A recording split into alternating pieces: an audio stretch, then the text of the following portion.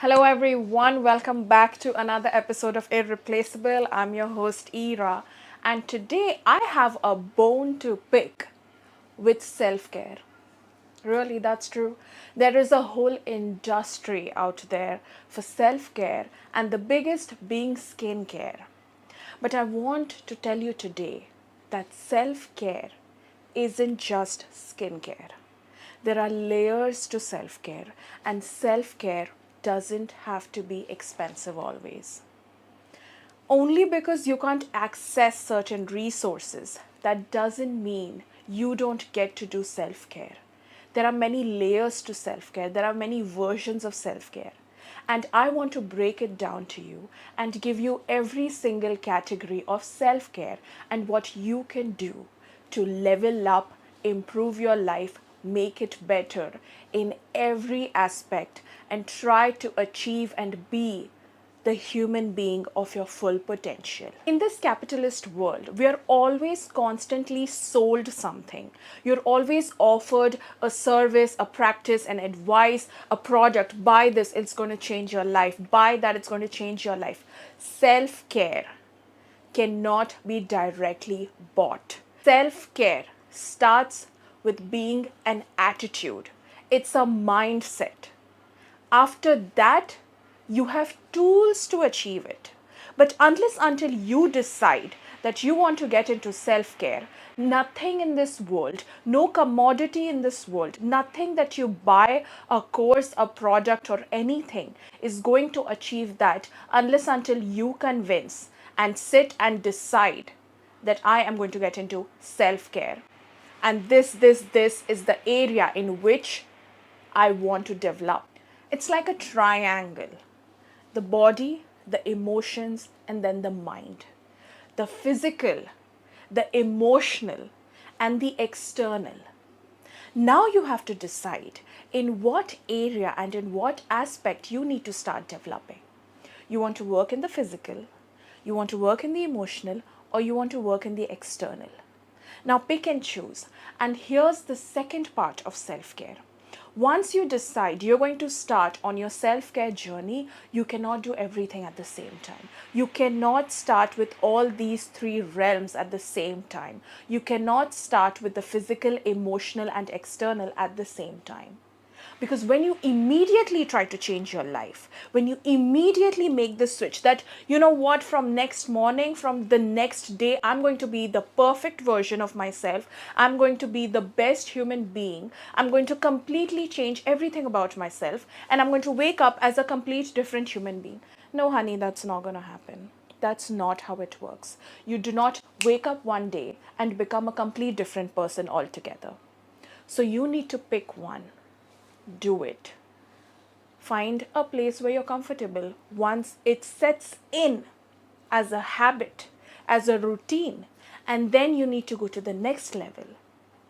You cannot have 3 a.m. epiphanies where you just have this realization that, oh my God, I need to fix my whole life. I need to change my whole life. And then, I'm going to wake up at 6 in the morning and change everything about me. No, that's not how it works. And that is not self care. That is self sabotage. That is self destruction. It is for sure going to lead you to failure. Self care is a whole plan.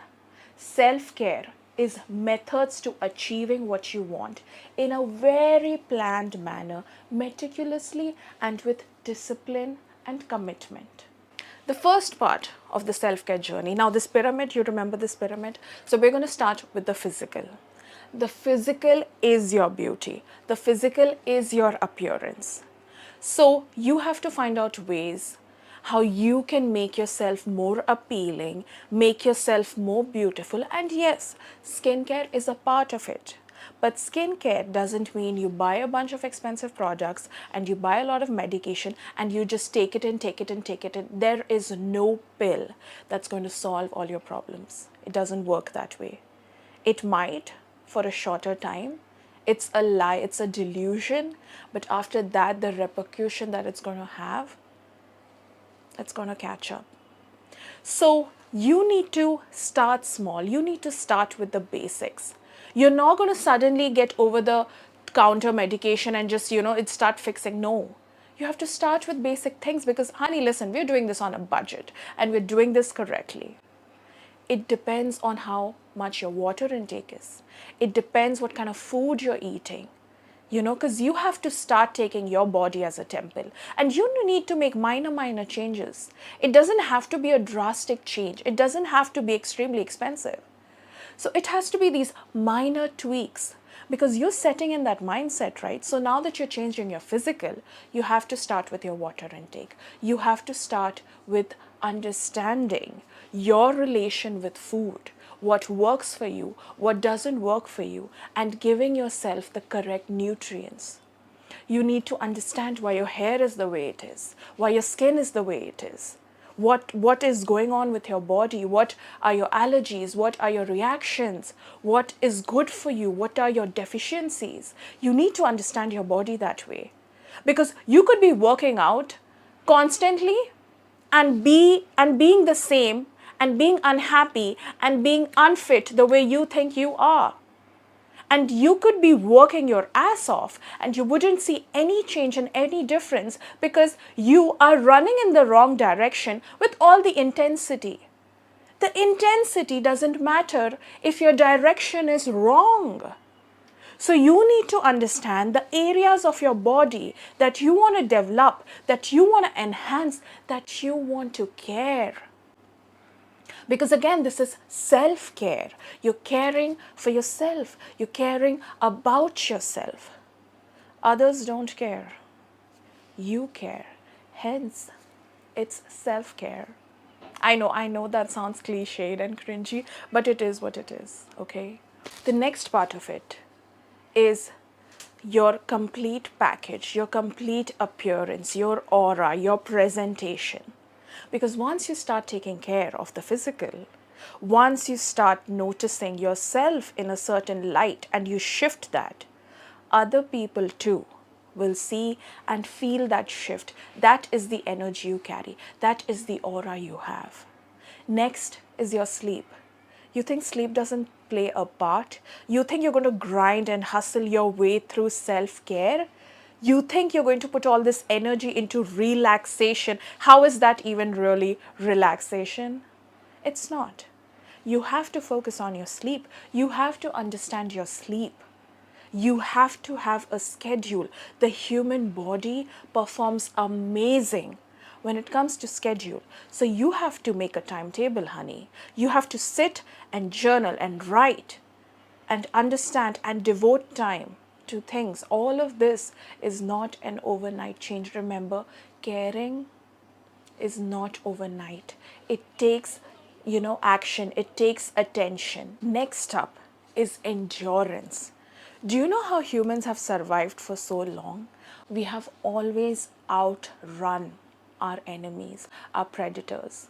No animal can run for as long as a human can. We have a lot of endurance. So you need to build that. This also comes in the form of self-care. So you need to test your limits. You need to push yourself and find out physically what all you're capable of. This is also part of self-care. Now we've discussed the physical. Let's come to the emotional. Because you could have all this outside, okay? But unless until inside there are changes in you that correlate along with the outside, it's not going to work. So we're going to go hand in hand. Remember the steps, okay? We're going to start and then we're gradually going to go to the next steps. Now the human body is like this mixture of a lot of emotions, a lot of drive. And if you don't learn how to regulate it properly, if you are not in the driver's seat of your own emotions, then again, you would be going in any direction. So you could literally hit bumps, you could get into accidents, you could make faults. So once you start controlling your mental, once you start emotionally regulating yourself, that's another form of self-care. How do you find that out? Okay. First, you need to observe yourself from a third perspective. You need to understand yourself as to what triggers you, what makes you react, what makes you underreact. The next part of it is once you have observed yourself enough and you understand your pattern, you need to find the emotions you feel the most and the emotion you feel less. Then you start having control over your body. And I'm going to make a whole episode on this, on emotional regulation, because it's a really huge chapter. It's a really huge point. But this is a part of self-care. And this can only be done with you sitting and internalizing yourself, you sitting and wanting to understand yourself, because you have to be your best friend. See, we care for other people. We're caring towards other people. Self-care is when you care enough about yourself. So when you care about the people you love, about your friends, you have to develop some kind of relationship with them. Similarly, when you're going to care about yourself, you have to develop a relationship with yourself. You have to develop a friendship with yourself. The next part of emotional regulation is journaling. You have to learn how to put your thoughts and feeling into words. Okay, you should ideally journal in order to understand yourself better, because you don't remember everything. Okay, you don't remember everything that you did yesterday, everything you felt yesterday, everything that happened with you.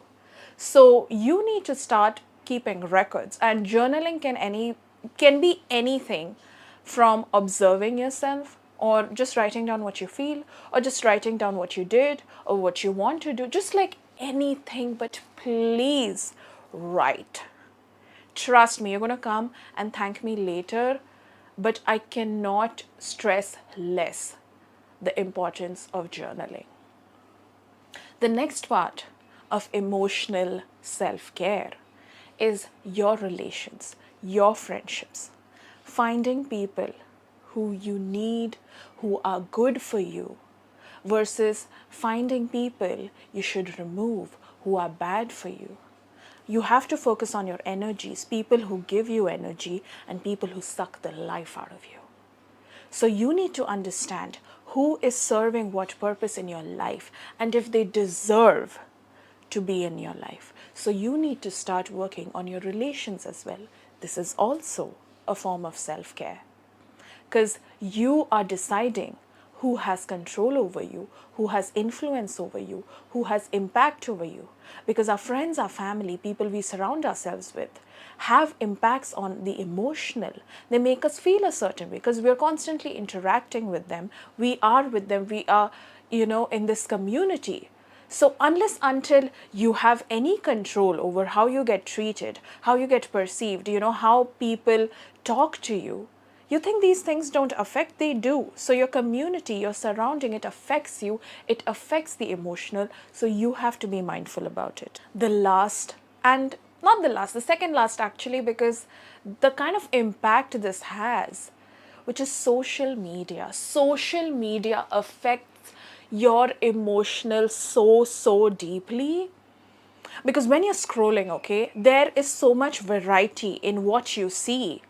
Like the pictures, the videos, they incite so many emotions and feelings in us. Like you can go from scrolling into seeing something so happy, into seeing something so sad, into seeing something so triggering in just a span of a minute, 5 seconds, 2 seconds, 10 seconds, 15 seconds.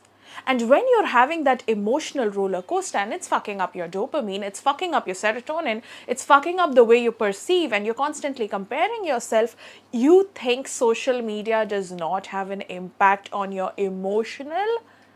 It's a huge part of self-care. So you need to understand that a part of emotionally regulating yourself is also regulating what you intake emotionally, and a big part of it is social media. So you need to understand times and when, what kind of content I want to consume, what kind of content I don't want to consume, and the timing. When should I consume what? Do not consume a lot of social media right before going to sleep. You're going to have weird dreams like that. You're going to have dreams based on that topic. You want good dreams? Read something related to which you want to dream about 1 hour before you go to sleep.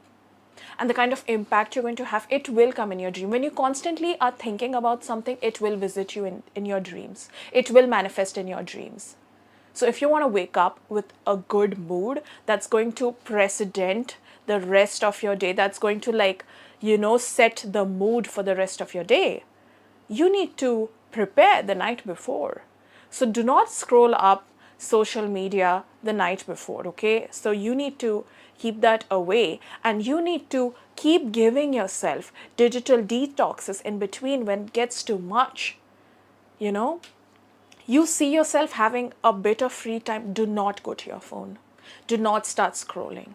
Distract yourself elsewhere, because then you're doom scrolling. Doom scrolling needs to stop. And the only way doom scrolling can stop is digital detox. It could be as small as a couple of hours versus days and months. But trust me, it's going to do wonders for your mental health. You would not need that level of therapy. Therapy is the expensive form of emotional self care. But if you can regulate yourself and start small and fix the smaller issues in your emotional self care, you are saving a lot when it comes to therapy, and you are directly, indirectly fixing yourself in a way that you might not require, or you might not have that level of impact that you require a severe form of therapy. So think about that. Now, the last bit, which is the external, okay, which is the last part when it comes to self care. The external self care, what does that mean? See, you have fixed your physical, you have worked on your physical, you have worked on your emotional, they are in harmony.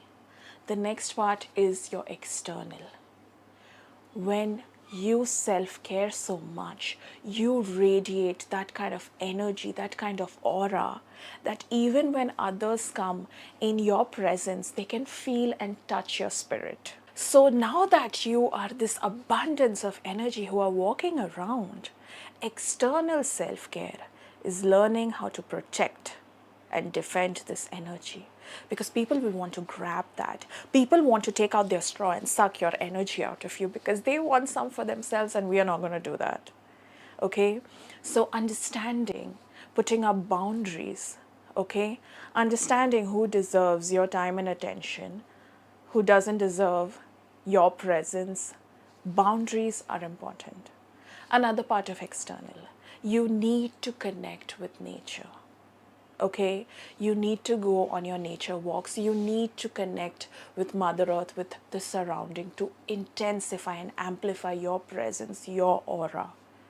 You need to read, because read fills up the soul, and a big part of the external, the energy, is the soul you carry. So you need to read, make yourself more educated, make yourself more learned, make yourself more powerful, make yourself open to perspective and learn many different things. So you need to read as a part of external self-care. This is the third level of self-care.